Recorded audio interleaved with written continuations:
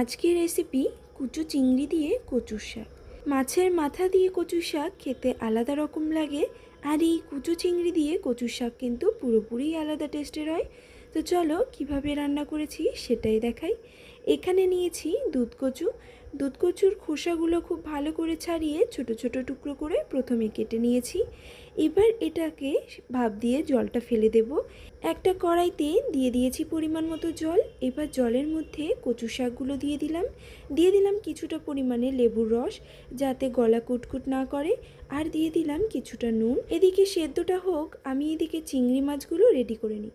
এখানে নিয়েছি কুচো চিংড়ি, দিয়ে দিলাম পরিমাণ মতো নুন, কিছুটা হলুদ গুঁড়ো দিয়ে ভালো করে মাখিয়ে কিছুক্ষণ রেখে দিচ্ছি। যতক্ষণ ভাপ দেওয়া হচ্ছে ততক্ষণ কিন্তু এইভাবেই থাকবে।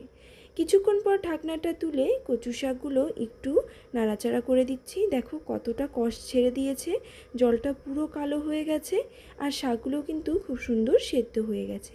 এবার এটাকে নামিয়ে জল ঝরিয়ে নিতে হবে। কচু শাকগুলো নামিয়ে রেখে ওই একই কড়াইতে ভালো করে গরম করে নিয়ে দিয়ে দিলাম সর্ষের তেল। এবার চিংড়ি মাছগুলো দিয়ে একটু নাড়াচাড়া করে ভেজে নিতে হবে। চিংড়ি মাছটা হালকা ভাজা হয়েছে, এবার এই চিংড়ি মাছের মধ্যে দিয়ে দিচ্ছি ফোড়নে কালো জিরে, এবার দিয়ে দিচ্ছি কুচানো পেঁয়াজ, এবার এর মধ্যে দিয়ে দিচ্ছি কাঁচা লঙ্কা। কাঁচা লঙ্কাগুলোকে মাঝখান থেকে কেটে দু টুকরো করে নিয়েছি। দিয়ে দিচ্ছি আদা বাটা, দিয়ে সব কিছু খুব ভালো করে মিশিয়ে নিতে হবে। হালকা একটু ভেজে নেওয়ার পর এর মধ্যে দিয়ে দিতে হবে কিছু বেসিক মশলা, যেমন রয়েছে লঙ্কার গুঁড়ো, রয়েছে হলুদ গুঁড়ো, রয়েছে কিছুটা পরিমাণে জিরে ধনে গুঁড়ো, দিয়ে ভালো করে কষিয়ে নিতে হবে যাতে মশলাগুলো থেকে কাঁচা গন্ধ না ছাড়ে। কষানো হয়ে গেলে এবার কিন্তু এর মধ্যে দিয়ে দেব কচু শাকগুলো। কচু শাকগুলো খুব ভালোভাবে জল ঝরিয়ে নিয়েছি।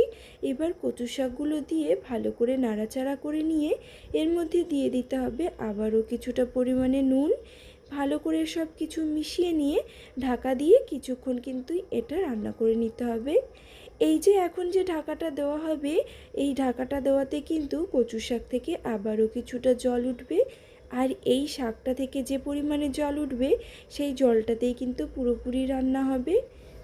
আর এই যে শাক থেকে জল উঠছে, এই শাক থেকে যে জলটা উঠবে সেটা কিন্তু পুরোপুরি শুকিয়ে নিতে হবে।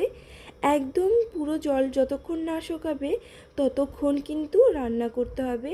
এটা যদি আঁচের উনুনে রান্না করা হতো তাহলে কড়াইটা উনুনের উপর রেখে দিলে আস্তে আস্তে জলটা শুকিয়ে যেত। যেহেতু গ্যাসে রান্না হচ্ছে সেই জন্য কিন্তু এটা অনেকটা টাইম লাগবে রান্না করতে। যতক্ষণ জল না শুকাবে ততক্ষণ কিন্তু খুব ভালোভাবে রান্না করে নিতে হবে। দেখো লাস্টের দিকে ঠিক এরকম দেখতে হবে, তখনই কিন্তু নামাবে। জল থাকলে কিন্তু একদম খেতে ভালো লাগবে না। তো আজকের কচুর শাকটা তো পুরোপুরি রেডি। আজকের রেসিপিটা কেমন লাগলো অবশ্যই কিন্তু কমেন্টে জানিও। ভালো লাগলে লাইক করো, শেয়ার করো, আর সাবস্ক্রাইব করো। ফেসবুক পেজ থেকে যারা দেখছো অবশ্যই ফলো করো।